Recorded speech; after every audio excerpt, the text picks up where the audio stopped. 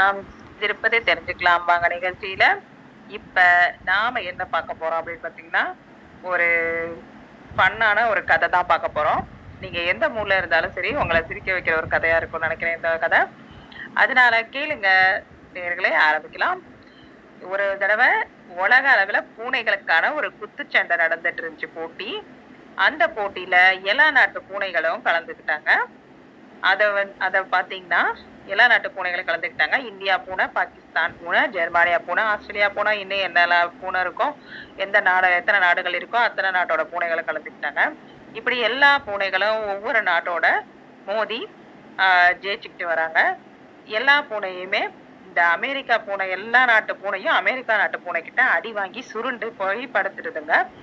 ஏன்னா அது அமெரிக்கா பூனை இல்லையா, ஆல்ரெடி அந்த பூனை வந்து நல்ல பால், அப்புறம் மீட், இறைச்சி எல்லாம் சாப்பிட்டு நல்லா கொழு கொழுன்னு இருக்குது அந்த பூனை. அப்ப பாத்தீங்கன்னா அதனால அது எல்லா நாட்டு பூனைகளையும் அடிச்சு துவம்சம் பண்ணி அதுதான் ஃபர்ஸ்ட்ல இருக்குது.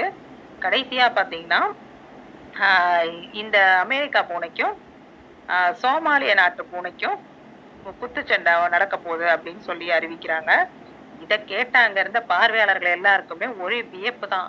என்னடா இது அப்படின்னு யோசிக்கிறாங்க எல்லாரும். சோமாலிய நாட்டு பூனை வந்து நோஞ்சானா மெலிஞ்சி நடக்கவே தெம்பில்லாம தட்டு தடுமாறி முக்கி முனகி தான் அது வந்து மேடை ஏறி இருக்கு. அப்ப வந்து அமெரிக்கா பூனைகிட்ட மோத போகுது அப்படின்னு பேசியிருக்காங்க. அந்த பார்வையாளர்கள் எல்லாரும் கேலியும் கிண்டலுமா சிரிக்கிறாங்க பார்த்து அந்த சோமாலிய பூனைய பார்த்து. அப்ப போட்டி துவங்கிருச்சு நேயர்களே. அப்ப பாத்தீங்கன்னா அமெரிக்கா பூனை அலட்சியமா, என்ன நீ ஜெயிச்சிடுவியா, நான் எத்தனை நாட்டு பூனையை ஜெயிச்சுட்டு இங்க வந்து கம்பீரமா நின்றுட்டு இருக்கேன், கடைசி சுற்றுல உன் கூட போய் என்ன மோத வைக்கிறாங்க பாரு, நீ எல்லாம் ஒரு ஆளுன்னு சொல்லி நான் உன்கிட்ட மோதணுமா அப்படின்னு சொல்லி அந்த அமெரிக்கா பூனை நினைக்குது. அலட்சியமா சோமாலிய பூனையோட பக்கத்துல போய் அமெரிக்கா பூனை நிக்குது. சோமாலிய பூனை என்ன பண்ணுச்சுன்னா முன்னங்கால சிரமப்பட்டு தூக்கி பறந்து ஒரே அடி அடிக்குது. அவ்வளவுதான், அந்த அமெரிக்கா பூனை மண்டைக்குள்ள ஒரு பல்பு பளிச்சுன்னு எரியிற மாதிரி இருந்ததுக்கு படாருன்னு வெடிச்சு சிதறிடுச்சு. அடுத்த கணம் பாத்தீங்கன்னா கண்கள்லாம் இருண்டு போய் மயங்கி தருந்துடுச்சு அமெரிக்கா பூனை. மறுபுறம் அந்த பார்வையாளர்கள்லாம் அதிர்ச்சியால வாயடைச்சு நிக்கிறாங்க. என்னடா ஒரு சத்தமுமே இல்ல, அப்படி நிசப்தமா இருக்கு அங்க பாக்குறவங்க எல்லாருமே. கொஞ்ச நேரம் சென்ற பின்னாடி பார்த்தா அந்த அமெரிக்கா பூனை என்ன பண்ணுது, கொஞ்சம் மெதுவா கண்ணை திறந்து பாக்குது.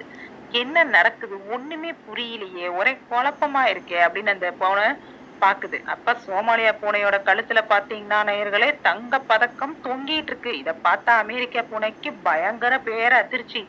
என்னடா இது கழுத்துல தங்க பதக்கம் தொங்கிட்டு இருக்கே அப்படின்ட்டு பாக்குது அந்த அமெரிக்கா பூனை. போட்டியில வென்றதா சோமாலிய பூனைய எல்லாரும் கை குலுக்கி பாராட்டி வாழ்த்து சொல்லி தெரிவிச்சிட்டு இருக்காங்க. அப்ப பாத்தீங்கன்னா மெதுவா எழுந்து வந்து சோமாலிய பூனையில அருகில வந்த, இத்தனை நாட்டு பூனைகளை வீழ்த்திய பலசாலி நானு, என்ன நோஞ்சாம் பூனையான நீ எப்படி வீழ்த்தின அப்படின்னு அமெரிக்கா பூனை கேக்குது. அந்த அமெரிக்கா பூனையோட காதுல போய் சோமாலிய பூனை மெதுவா சொல்லுது, டேய் நான் பூனையே இல்ல புலிடா அப்படின்னு சொல்லுது. என் நாட்டு பஞ்சத்துல இப்படி ஆயிட்டேன் அப்படின்னு சொல்லி இருக்குது அந்த சோமாலிய பூனை. இத கேட்ட அமெரிக்க பூனை அதிர்ச்சியில இறந்தே போயிடுச்சு நேயர்களே. இதன் மூலம் நாம அறிஞ்சுக்கிறது என்ன, பாலும் கறியும் உண்டாலும் பூனை தான், அதே போல பல நாள் பட்டினி கிடந்தாலும் புலி தான் அப்படிங்கிறது தான் இதோட இது ஒரு சிரிக்கிறதுக்கான ஒரு கதை தான், வேற எதுவும் இல்ல. இந்த கதை எப்படி இருந்துச்சுன்னு சொல்லுங்க நேயர்களே. உங்களோட கமெண்ட்ஸை நம்மளோட வாட்ஸ்அப் குரூப்ல தெரிவிங்க. இப்ப ஒரு நூலுக்கு தமிழக அரசோட பரிசுக்கு தேர்வாகியிருக்கு.